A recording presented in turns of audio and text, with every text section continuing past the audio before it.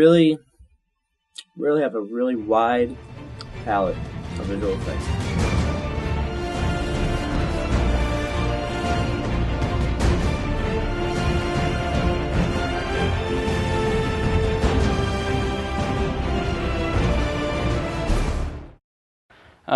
In the first two films, it was pretty basic. We had, lightsabers, a couple lasers in number one, and some real basic force lightning. And then in number two, we really focused on the lasers mostly and just outdid ourselves completely. We had impact explosions and hundreds of lasers per shot, and I mean, it was really nutty. It's to the point where I don't really ever want to do a Star Wars laser ever again. And in number three, we really just pulled all the stops and just did anything we could think of. We attempted anything we could think of, to the point we actually reached our limits, I think. There were shots that we had to omit from the film because we couldn't actually do them.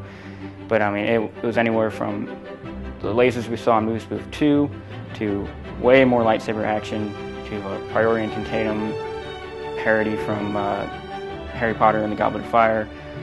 We took Force Lightning even further. Anything we could think of from the films that we love, we tried to do. So there's a lot more visual effects than we've ever had in any of our other previous movies, but it's to a degree where it never really takes over the story at all, and that's why it's an important thing.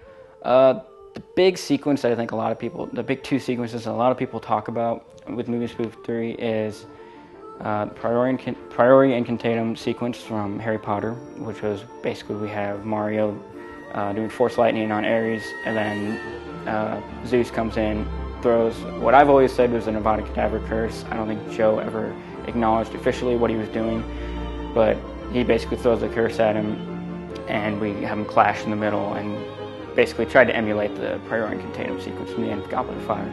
So we actually were doing quite a bit more there, where we would have 3D particles interacting with the environment. We had a 3D floor so it could have something to interact with, and we had a lot of lighting effects going on in there. Luckily, it was shot in a way where nothing was really blown out, so we didn't have any white highlights, so I could darken the shot considerably, pretty much as much as I wanted, to make it look like the room was actually darkened, and all these effects that I was putting in were actually illuminating the scene, which was what really makes that scene probably the best looking scene in the film, and one of my most prized scenes. And the other big scene is the Ring of Fire, which it doesn't look as flashy as Priori Incantatem, but from a technical standpoint and from what people at TFN know, it was probably the biggest scene on the film. It was about a 2.5-minute sword fight where we had to insert fire behind Zeus and Mario, which required us to rotoscope frame by frame around the guys so we could insert things behind them, and we were calculating things like motion blur. So as the swords are blurring, we had to make sure our roto shape blurred equally so it was semi-transparent and not just you wouldn't see grass behind it or anything like that. And that scene, I'm not really sure to this day how we ever got that done. I had originally, the whole idea behind it originally was there was this army of guys standing around watching this fight, but due to scheduling and the craziness of getting that many people together, there wasn't a way to get all those guys standing around watching this fight while they filmed the fight. So we thought, Joe came up with this idea, well, what if Mario kind of does this little spell that causes fire to go around him, and they're fighting inside of that would then hide the fact that we don't have extras out there. And I thought, this was about 1.5 years before release. We thought we were about 6 months from release at the time, so I'm like, whatever, get me the shots, I'll figure out how to do it. Because I had done, a little high-end rotoscoping with Movie Spoof 2, getting impacts and lasers behind guys and everything, but those were just a couple frames at a time. I mean, we're talking thousands of frames, every frame having to be rotoed. And it kept getting put off, it seemed like, and we never got the shots until the fall. This was in like October we were talking about this. We didn't get the shots until March, and we were going for like a May or June release. And I was like, there's no way this can be done. So we pushed the release back yet again, and in April I start recruiting guys, and I got a team of guys together, 5 guys, and we figured out exactly how long we had to go, how long we had until release, how many frames we had, how many frames each person was responsible for, and we averaged out, how long it takes you to do any given frame, and we actually figured out how much time per day each person had to devote. And it was actually, we thought, oh, this is perfectly possible.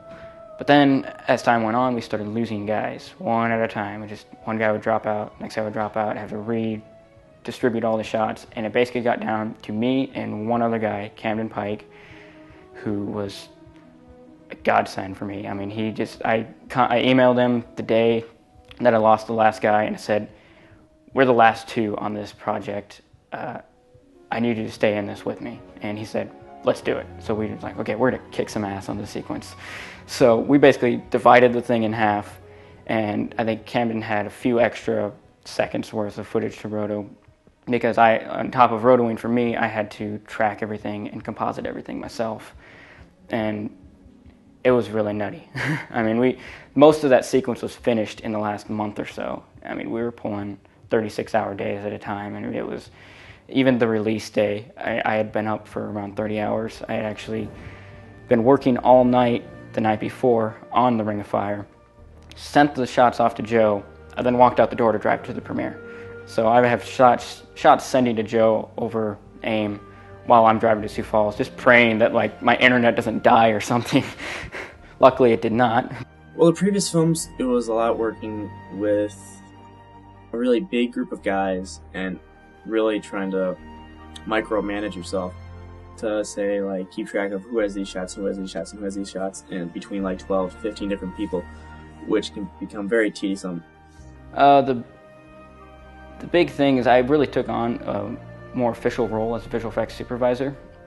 And number two, I was really just given that title because I was the guy who took on the most shots along with Wade Copson.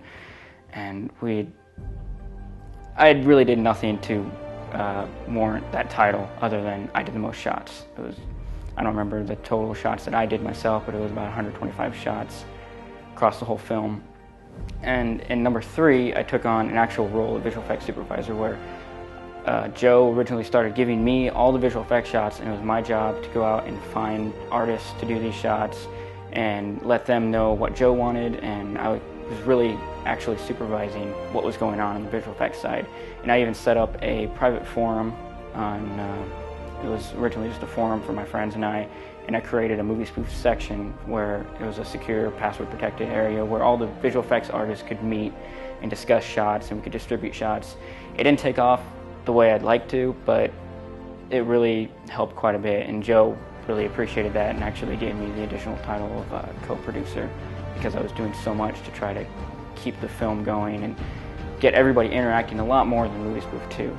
He really kind of stepped up to the plate of being the visual effects supervisor in this. And he personally took upon himself to assemble a team of his own and organizing who got what and distributing all the shots to keeping track of who's doing what and when they need to get back to make sure that effects could meet their deadlines. And he's really been incredibly instrumental in getting this done. And it's really, the whole visual effects aspect really is his achievement in all this.